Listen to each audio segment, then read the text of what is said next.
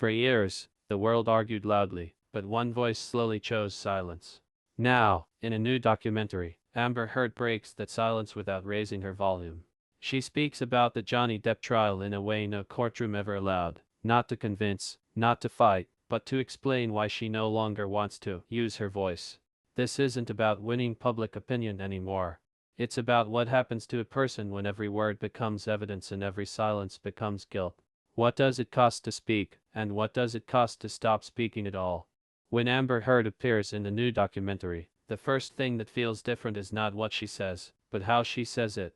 There is no courtroom tension, no legal posturing, no performance shaped for a jury or for social media.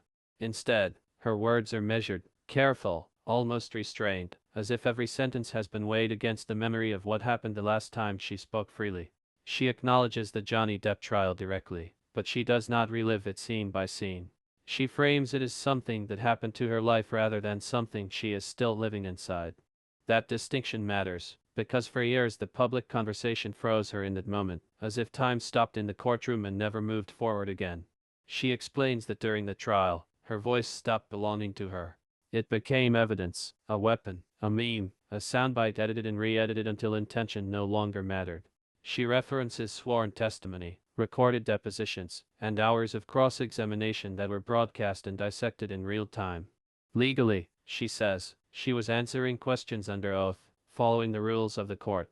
Socially, she felt like she was speaking into a void that had already decided what it wanted to hear. This is why, in the documentary, she says she no longer wants to use her voice in the same way. Not because she has nothing to say, but because she understands now what happens when words leave your mouth and never come back to you. She points to specific moments from the trial that were later acknowledged in court records but ignored in public conversation. She mentions how expert testimony, medical notes, and contemporaneous messages were entered into evidence, yet reduced online to jokes or disbelief. She does not claim the system was perfect or that she herself was flawless. Instead, she focuses on the imbalance between legal process and public judgment. In court, she says, there are rules about relevance, admissibility, and context. Online, there are none. A clip can travel without its question, an answer without its explanation, a reaction without its cause. One of the most striking parts of her commentary is when she talks about silence as a survival choice rather than an admission. She explains that after the verdict, continuing to speak felt like continuing to bleed in public. Every interview invitation came with the same unspoken condition, that she must relitigate the worst moments of her life to earn the right to be believed again.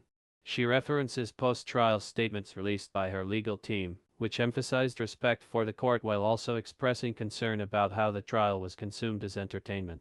Those statements, she notes, were written carefully by attorneys, not because they lacked truth, but because truth had become dangerous without legal framing. She also addresses the documentary audience directly, though not in a pleading way. She acknowledges that many viewers made up their minds years ago, based on live streams, reaction videos, and commentary channels that turned legal testimony into episodic content. She does not attack those viewers. Instead, she asks a quieter question: what happens when real people become content, and real pain becomes a format? She explains that during the trial, she often learned how her testimony was received not from the court, but from strangers online. That feedback loop, she says, changed how she understood speaking itself. When every sentence can be clipped, mocked, or weaponized, silence begins to feel like the only safe option. Legally, she references the fact that the trial was a defamation case, not a criminal conviction, a distinction that was often lost in public discussion.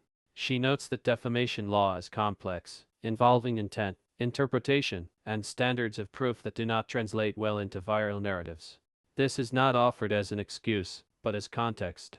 She says that when legal nuance disappears, people start treating court outcomes as moral verdicts on someone's entire existence. That, she argues, is too much power to give a single proceeding. The documentary also includes moments where she reflects on her own decision-making. She admits that she believed speaking out was the right thing to do at the time. She believed that telling her story publicly could protect others or at least start a conversation. What she did not anticipate, she says, was how quickly the conversation would turn into a referendum on her character rather than the issues she raised. She references earlier interviews she gave before the trial, noting how carefully she tried to avoid inflammatory language, only to see headlines reduce her words to something more sensational. When she says she no longer wants to use her voice, she clarifies that this does not mean disappearing entirely. It means choosing when, where, and how to speak, rather than reacting to pressure.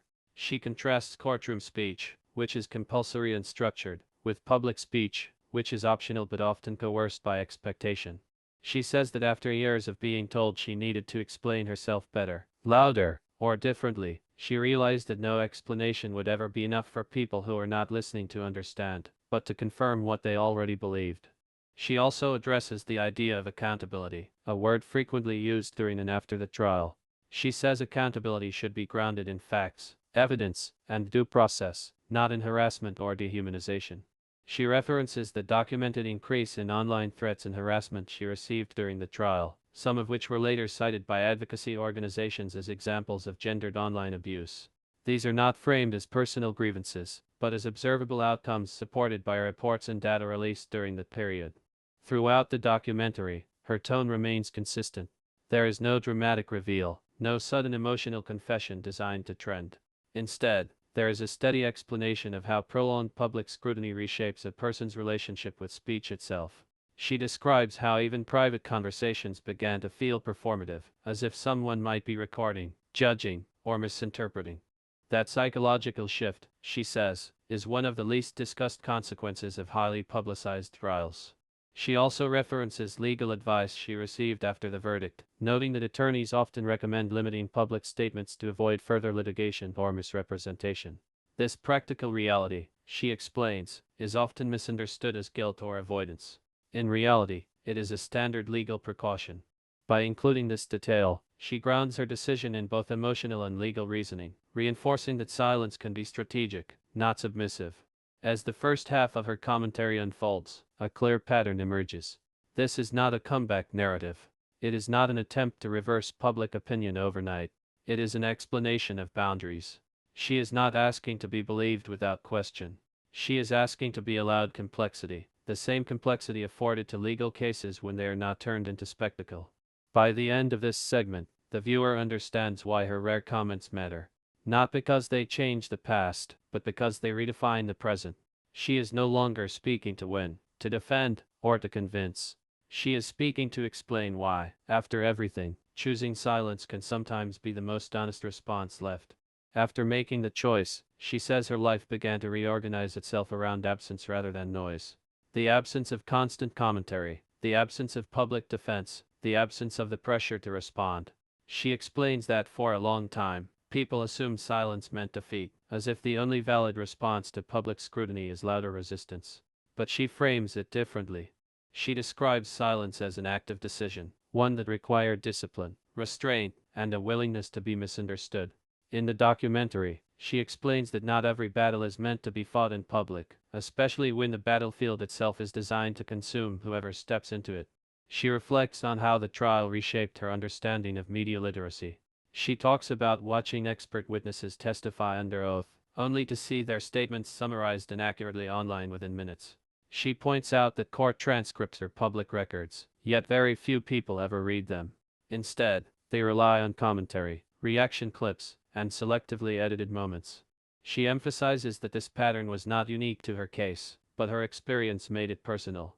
Once you realize how easily facts can be flattened into narratives, she says, you become more careful about contributing more material to be flattened. One moment in the documentary focuses on the psychological toll of being constantly interpreted by strangers. She explains that during the trial, even her facial expressions were treated as arguments. A pause was called evasive. Emotion was called performance. Composure was called cult. She references trial footage and media analysis that later became examples in discussions about how women are judged differently in public spaces. She does not say this to excuse anything, but to explain the environment in which her words were received. In such a space, she argues, speaking stops being communication and becomes exposure. She also addresses the idea of closure, a word often demanded by audiences. She says closure is not something another person can give you by believing or disbelieving you. It is something that happens privately, slowly, and often without witnesses. She explains that after the trial, She stopped asking herself how to correct public narratives and started asking how to live with the outcome without letting it define her entire future. That shift, she says, was only possible once she stopped feeling obligated to comment on every misrepresentation. The documentary includes references to legal filings, appellate discussions, and post-trial analyses by legal scholars who noted how unusual the scale of public engagement was. She mentions these not to reopen legal arguments, but to ground her experience in documented reality. This was not a typical case consumed quietly by legal professionals. It was a global event. Acknowledging that scale, she says, helps explain why the aftermath felt so consuming and why recovery required withdrawal rather than engagement. She also speaks about trust, particularly trust in institutions versus trust in public opinion. She says that while legal systems are imperfect, they at least operate under defined rules. Public opinion does not. It shifts with trends, humor, and fatigue. She explains that after seeing how quickly narratives could reverse or harden, she stopped treating public validation as something stable or reliable. This realization influenced her decision to stop using her voice publicly. She no longer wanted her sense of self to depend on forces she could not control. Another powerful section focuses on memory. She explains that repeating traumatic experiences, especially under hostile questioning, changes how those memories live inside you. She references psychological research cited during expert testimony about trauma recall and stress. She says that constantly retelling the same moments for interviews, statements, and reactions kept her trapped in them.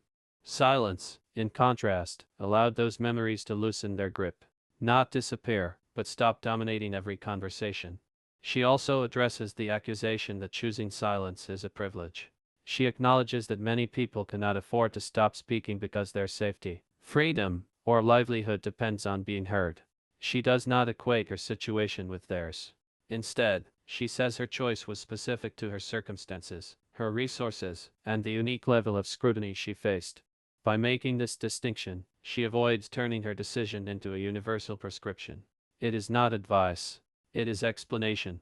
As the documentary progresses, her comments become less about the trial itself and more about what comes after public judgment. She talks about rebuilding identity when your name has become shorthand for controversy. She explains how difficult it is to reintroduce yourself to the world without triggering old debates. Silence, she says, created space for her to exist without constantly reintroducing her past. It allowed her to be present in moments that were not about defense or explanation. She also reflects on motherhood and privacy, noting how becoming more protective of her inner life changed her priorities. She does not offer details or invite speculation. She simply explains that some parts of life deserve insulation from public consumption.